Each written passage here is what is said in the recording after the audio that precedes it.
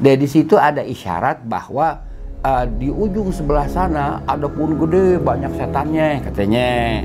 Nah kan orang dulu juga orang sekarang kali ya, kan takut sama setan, kagak ke sono, padahal situ ada emas.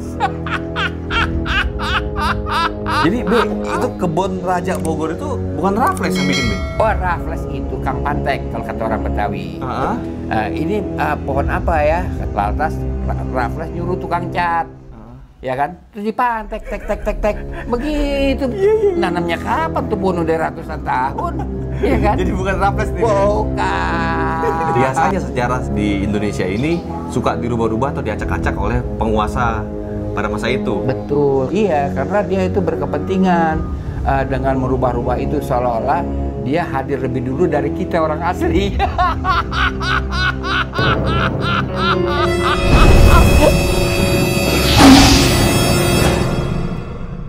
Ya, assalamualaikum warahmatullahi wabarakatuh, teman-teman semua. Balik lagi bersama gue Vasco Rusemi di Macan Idealis. Hari ini gue bersama Pak Bedron Saidi mau gali mengenai sejarah. Ini ada sejarah yang penting, Be, menurut Ana, Be, mengenai Kebun Raya Bogor. Kebun Raja.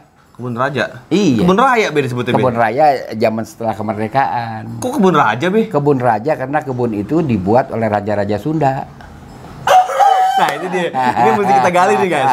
Jadi, apa sih sejarahnya Kebun Raja Bogor tadi kalau Babe kata Kebun Raja Bogor yang ada di sekitar istana itu, Be, ya? Istana Presiden saat ini. Nah, sejarahnya seperti apa, Be, itu, Be, dulu, Be? Yang pertama begini, kita cerita dulu bahwa pendukung keberadaan Kerajaan Sunda di Bogor itu adalah 3 prasasti.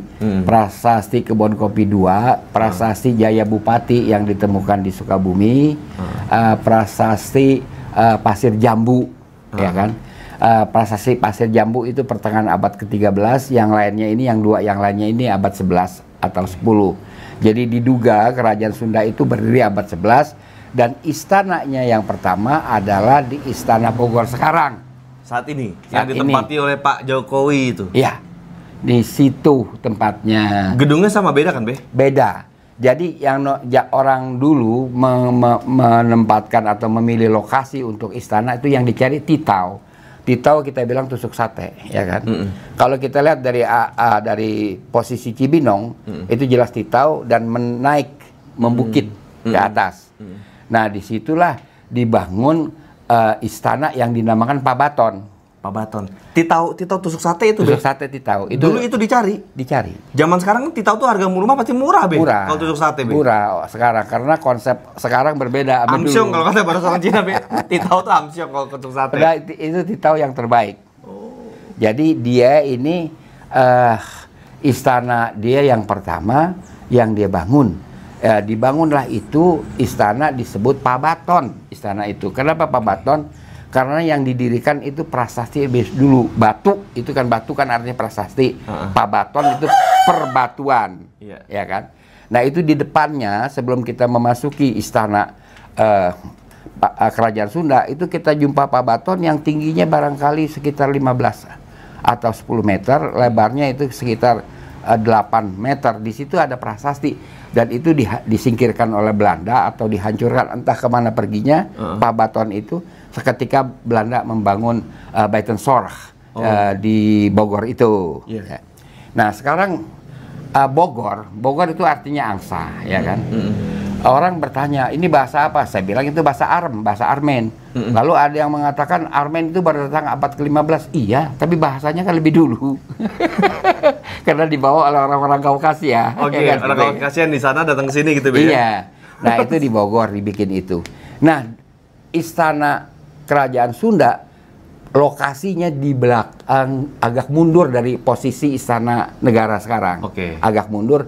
Nah, di belakang itu mereka membangun apa namanya kebun, kayu-kayuan. Kebun disebut Kebun Raja. Kebun Raja. Nah, kebun Jadi milik raja itu kebun. Iya, memang raja yang bikin. Nah, Kebun Raja berikut Istana Pabaton, menurut prasasti kebantenan, inilah Sunda Sembawa.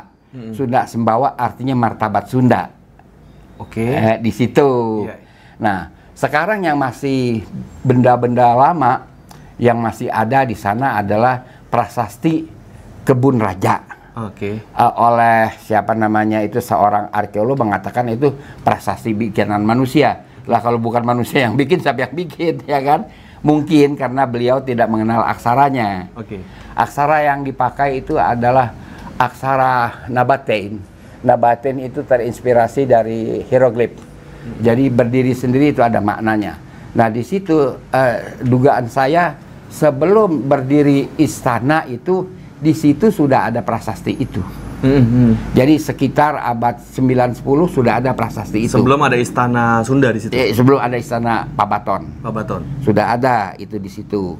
Nah, prasasti itu dari batu merah ya.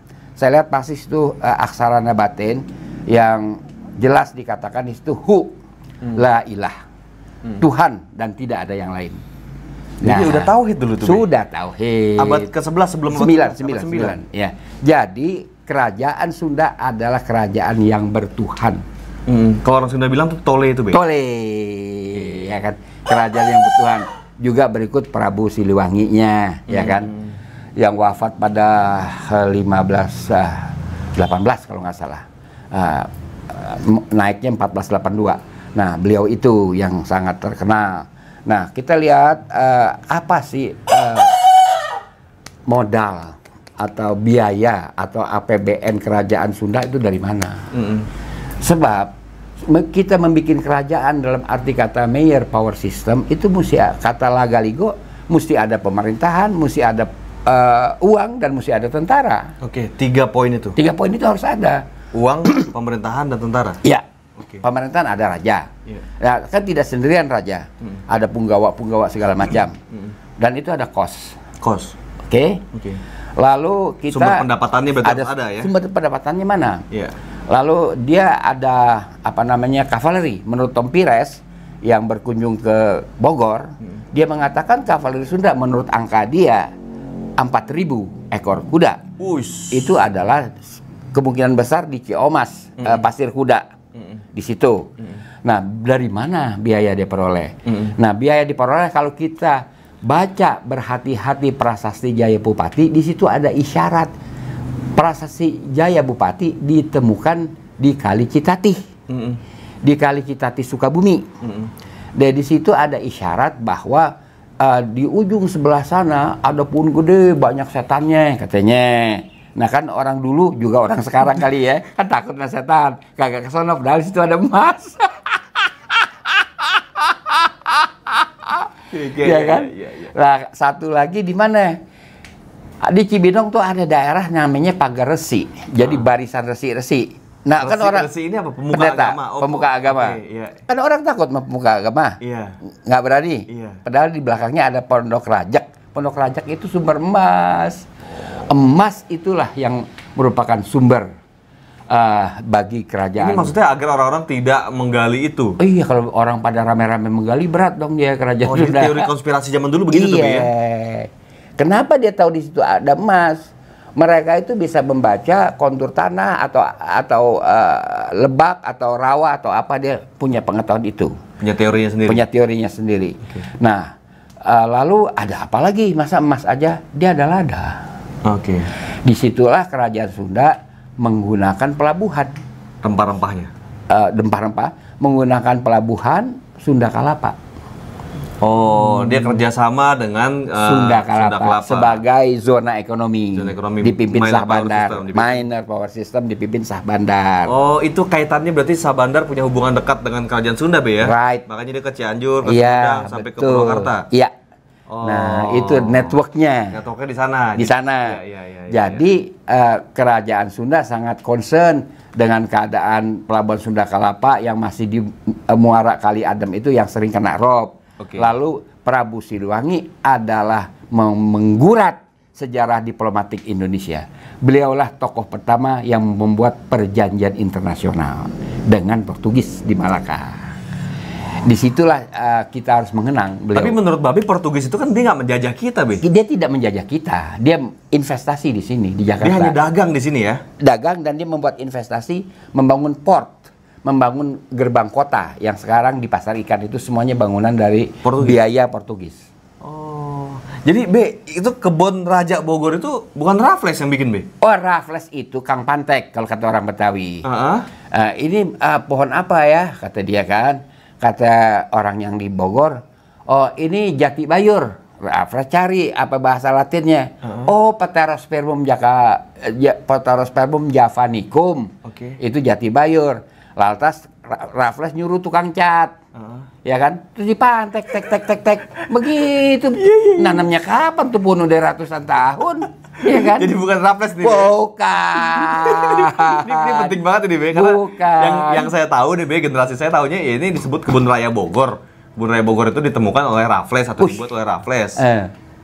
Nah, udah ada. Waktu dia datang kan baru dia datang 1811. Udah ada tuh kebun raja. Udah kebun raja Sunda di situ, Be. Dan malah kerajaan Sundanya udah pergi ke Astana Anyar, Bandung, kan gitu. Itu di teorinya Baranang Siang itu ya, Mbak Be? Baranang Siang. Nah, lantas kita lanjut. Disitulah hubungan dia dengan hubungan fungsional, hubungan kerja antara kerajaan Sunda dengan Sunda Kalapa, dengan orang Jakarta hubungannya. Nah, lalu bagaimana hubungan dengan yang lain? Dia ada hubungan dengan kerajaan Sumedang, karena kerajaan Sumedang seabad setelah kerajaan Sunda Bogor berdiri. Ya. Nah, di situ dia ada hubungan. Dari mana tahu ada hubungan? Taunya begini, bahwa ketika harga lada jatuh, penerimaan kerajaan Pajajaran menurun, ya kan? Kudanya bagaimana? Kita bicara biaya kuda dulu, pemeliharaan kuda. Kemudian biaya hulu balang, biaya lainnya, ya kan? Bukan kudanya, Be, ya. Maka dia putuskan meninggalkan Istana Bogor. Itu yang namanya Baranang Siang, pergi dengan terhormat.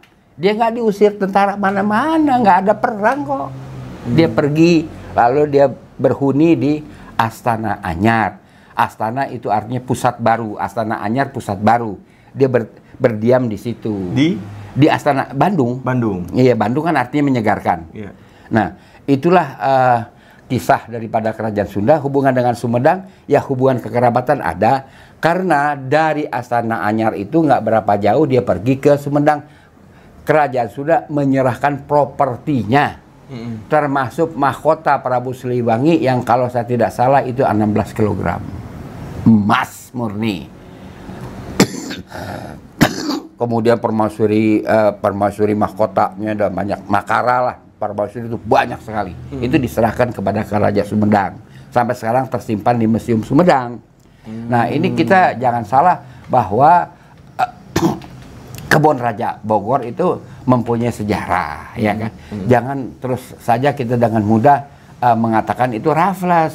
Raffles Kang Pantek, ya kan? Kang Pantek dia, kalau nggak kita nggak tahu nih pun apa, ya kan? Kalau nggak ada dia, bukan saya bilang Raffles nggak ada jasanya, jasanya ada. Kang Pantek, begitu. Jadi bukan Raffles nih, Be, ya? Bukan. Yang mendirikan kebun raya atau kebun Raja Bogor ini, Be, ya? Tidak sama sekali. Aduh, kalau gitu nih kita mesti usulkan nih, Be, kalau kebun Raja Bogor itu kan ini di bawah pimpinannya Ridwan Kamil tuh, Be, atau kalau di Bogor wali kota Bogor ya? Iya. Itu bisa dirubah oleh wali kota atau gubernur, Be? Apanya? Narasinya ya itu Dinas Purbakala. Sebab Dinas Purbakala Jawa Barat ya. Jawa Barat ya. Itu dia, dan dia berkeyakinan bahwa ongkos untuk bikin kerajaan itu nggak wajib katanya. Jadi saya tuh jadi bingung, bagaimana? Nggak wajib kata dia. Kita akan menanyakan, oh Pak ini di sini ada kerajaan, oke mana pelabuhan komersialnya, ya kan? Lalu kita akan tanya lagi, ada emas dia apa enggak? Lalu komoditas perdagangannya apa? Atau batu bara ada nggak gitu mungkin, Be? Itu belum tahu gunanya. Oh, batu bara dulu nggak gitu di? Belum tahu gunanya, tapi mining yang lain, jenis tembaga, jenis perak ada. Perak kan namanya bokor. Ya? Logam-logam ada. Nah kita tanyakan itu. Kalau nggak ada, apakah itu kerajaan cuma bisa hidup pakai jampe-jampe? Ya kan? Ya kan, Pasko bikin kerajaan pakai jampe-jampe dong, ya kagak bisa. Ya kagak bisa. Ya kan? Nah, jadi Be, ini penting banget, Be, buat kita memang para generasi muda biar tahu sebenarnya sejarah itu seperti apa sih. Kadang memang Raffles kan bisa kita kategorikan penjajah nggak, Be? Raffles ya 5 tahun dia ngejajah lah, dia memerintah. Dia bubarin Kesultanan Banten kan Raffles. Penjajah berarti Inggris tuh Be ya. Iya. Nah, kadang sejarah kita itu memang bukan kadang. Biasanya sejarah di Indonesia ini suka dirubah-rubah atau diacak-acak oleh penguasa pada masa itu. Betul, karena kadang-kadang baik itu Belanda, Inggris. Iya, karena dia itu berkepentingan dengan merubah-rubah itu seolah-olah dia hadir lebih dulu dari kita orang asli.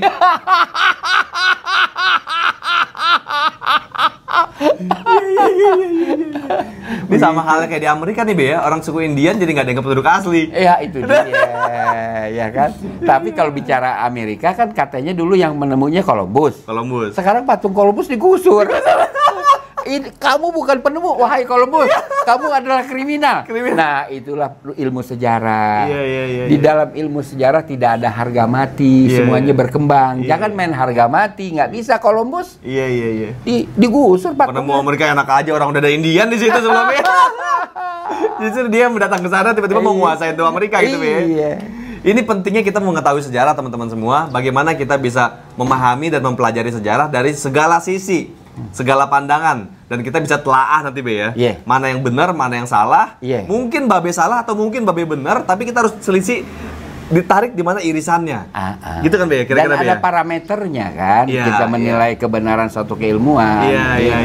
Ada pandangan-pandangan Babe yang mungkin menurut kalian ini kurang tepat, tapi kalian kaji ini dan bantah dari sisi yang masuk akal juga gitu guys. Jangan tiba-tiba, wah Babe nggak mungkin begitu Be, ini kan bisa begini. Ya apa gitu loh. Apa sanggahan atau argumennya yang kalian milikin, kita lurusin aja sejarah, karena kepentingan kita adalah melestarikan sejarah bangsa ini. Karena di saat para penjajah-penjajah dari dulu Be merubah pola-pola udah beracak-acakan lah dia bikin. Ya kira-kira kayak gitu guys. Ada tambahan Be tadi Be? Ya artinya semacam ada virus corona masuk dalam sejarah kita.